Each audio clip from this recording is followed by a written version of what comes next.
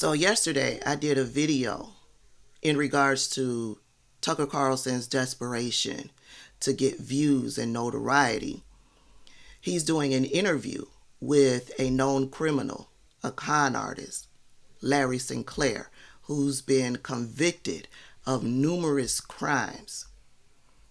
And in their interview, they're going to bring up this lie, this conspiracy theory from 2008, where Larry alleged that he had an actual relationship with President Obama and they were doing booger sugar together. Could never be proven. Larry Sinclair could never bring forth any proof, any evidence, any documentation to prove his allegation. This is who Tucker Carlson is now interviewing over on Twitter. And during that video, I mentioned that previous presidents have also had to deal with scandal as they were running for president. And it's done, these scandals are brought forth because they are hoping to sway the vote in the opposite direction. In this case, it is my opinion that it is the Republican Party who brought forth Larry Reid to spew these lies about President Obama. And so specifically I mentioned that Tara Reade was that type of scandal for Joe Biden, right? She came forth and accused Joe Biden of harassment. Okay.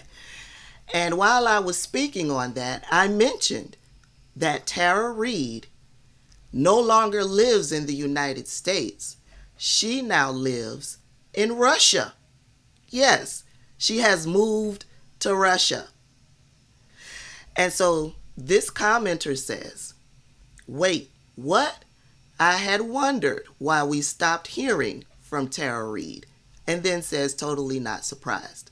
Now this commenter may not be surprised, but when I learned that Tara Reade had moved to Russia, I was shocked. I was shocked because I couldn't believe how bold this was being put in our faces. I believe it was the Republican Party that brought forth Tara Reade. And for her to move to Russia, that confirmed to me that Russia has a connection with the Republican Party. But let's talk more about Tara Reade's defection to Russia. Hey everybody, welcome back to the channel. I am your girl Tabitha. Yes, Tara Reade has moved to Russia. She defected to Russia. That is the wording that CNN is using. And she did a statement. I'm going to share a portion of that statement. This whole statement is about 10 minutes long. I'm only going to share the very end of it because that is the most fascinating portion of her statement, where she explains why she moved to Russia. Then I went to an organization called Time's Up. Time's Up was an organization in America that was prompted by the Me Too movement, funded by Hollywood stars for millions of dollars to provide legal and PR assistance to people who were coming forward about powerful people that had been harmed. Time's Up has since been dismantled. It's been discovered it was corrupt. And part of the corruption was my case. I went to them for help, not knowing they were already on the payroll for the Joe Biden campaign. He gave them, according to FEC, which is the Federal Elections Commission records, over $2.2 million while I was trying to come forward to try to silence my story. This came out in the press, but very little coverage, of course, in the Western media.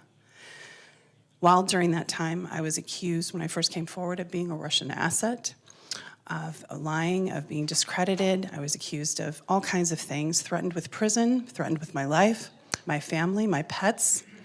It was very difficult. I kept speaking the truth. I kept pushing forward. I kept pushing forward to Republicans, hopefully that would bring an investigation into Joe Biden. Finally, this year, Matt Gaetz and Marjorie Taylor Greene, both U.S. Congress representatives, said they were going to investigate Joe Biden.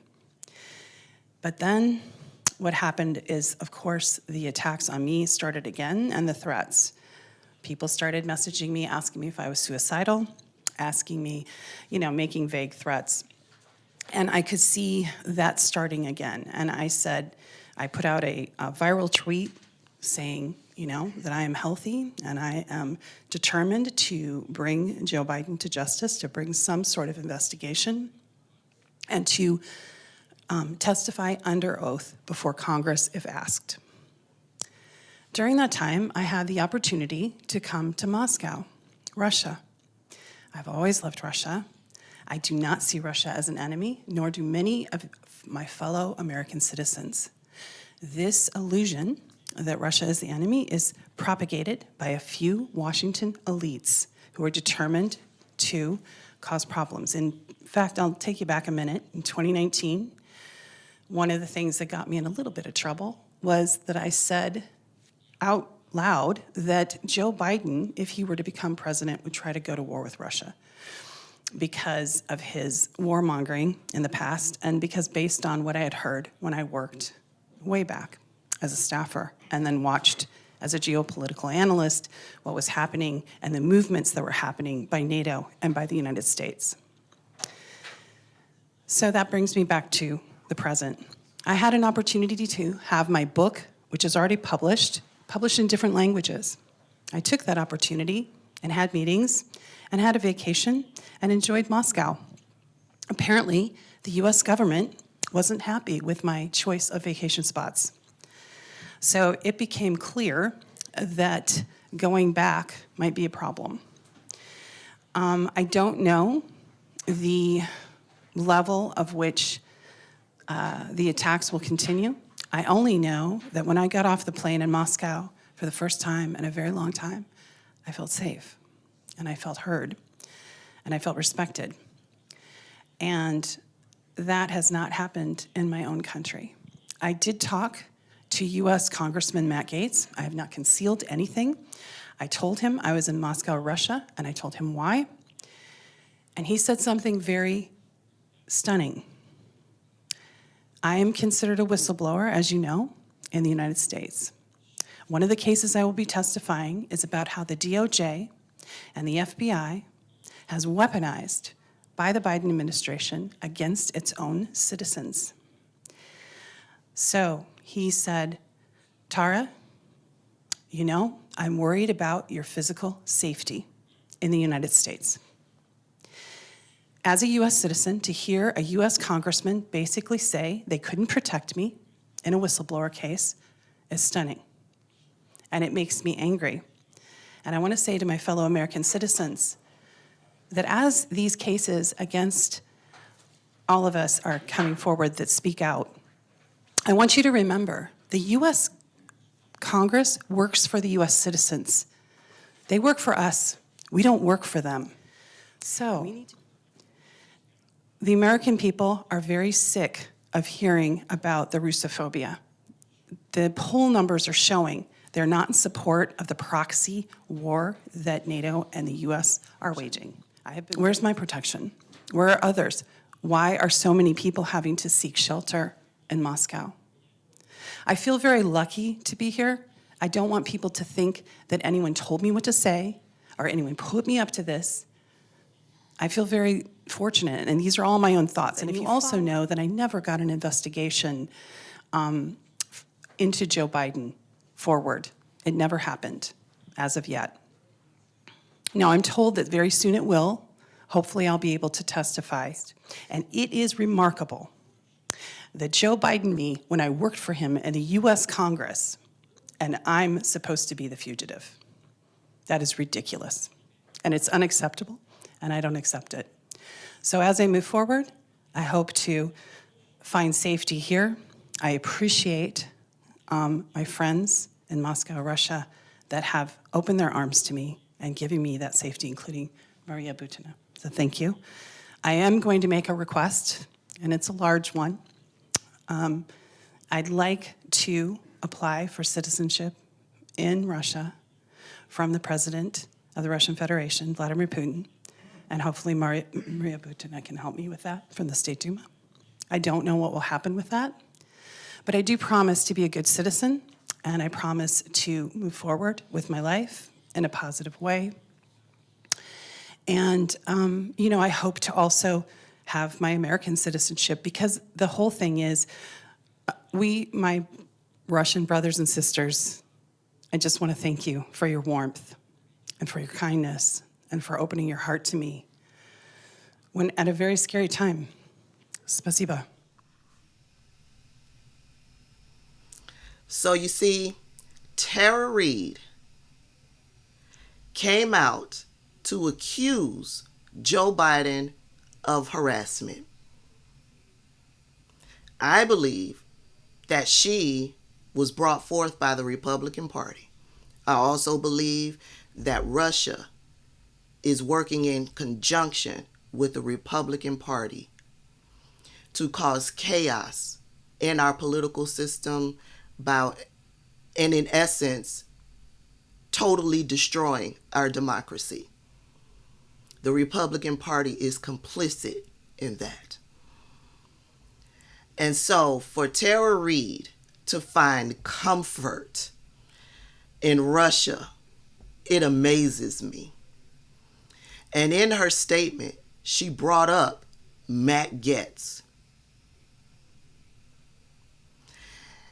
And I want you to take special note that she looks over and she is talking to Maria Butina. Do you know who Maria Butina is? Maria Butina had been found out for being a Russian asset, an agent for the Kremlin, a Russian agent. She ended up being investigated, charged, and she served 18 months because of that. Here is her mugshot.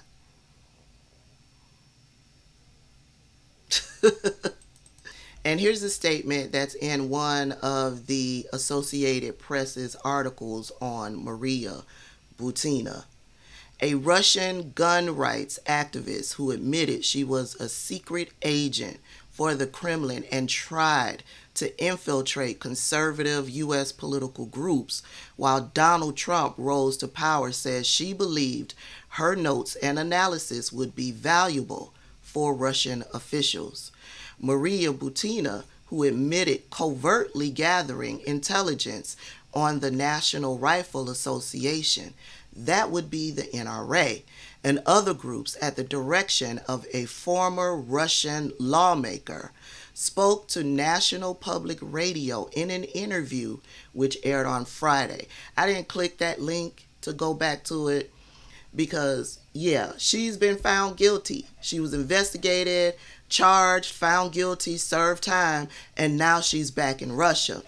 Butina pleaded guilty to a charge of conspiracy to act as an unregistered foreign agent and was sentenced in April. I believe this was in 2021, 2022, to serve 18 months behind bars. The 30-year-old has been jailed since her arrest in July. And in that statement that Tara Reade did on Russian TV that was riddled with Russian propaganda, she turned to Maria Butina and said, "I'm sure Maria will help me to establish citizenship here." In that statement that Tara Reade did on Russian TV, she mentioned that she was accused of being a Russian asset. I want to say to Tara Reade, you moving to Russia, giving this statement on Russian TV, spewing Russian propaganda, that you have confirmed for me that you are and were a Russian agent? Y'all let me know your thoughts down below.